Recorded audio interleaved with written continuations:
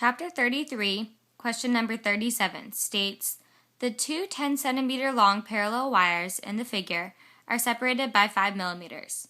For what value of their resistor R will the force between the two wires be 5.4 times 10 to the negative fifth newtons? So I redrew the picture over here that they gave us. First, we need to figure out what direction I1 is going in, and if it's positive or negative. So we use the hand trick, the right hand rule, or the right hand rule.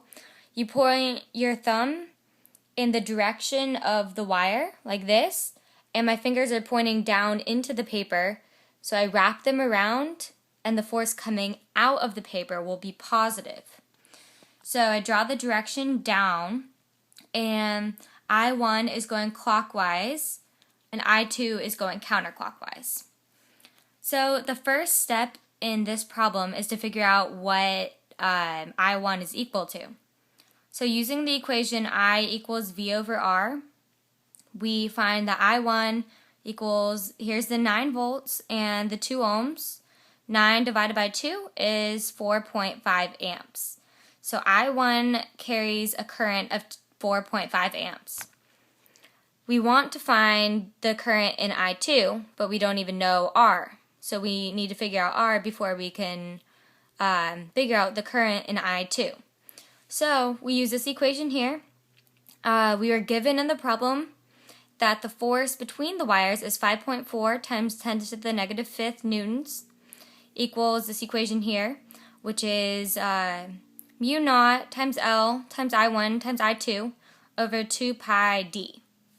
So writing this out, here's the 2 ohms times 10 to the negative third, tau, which is the unit here, meters over amps, and L is 0.10 meters, and I1 we got right above was 4.5 amps, and I2 is the unknown that we're solving for, all divided by 0.0050 meters, because right up here we show that the distance between the two wires is 5 millimeters. So solving for I2 in this equation, we get I2 equals 3 amps. So it means that there are 3 amps of current here in this little loop. So using that same equation up here, the I equals V over R, we get R is equal to the 9 volts in this battery up here, as a 9 volt battery, divided by the 3 amps that we just got right here for I2.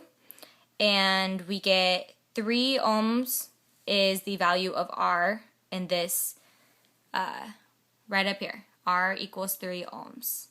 And that's all. Thanks.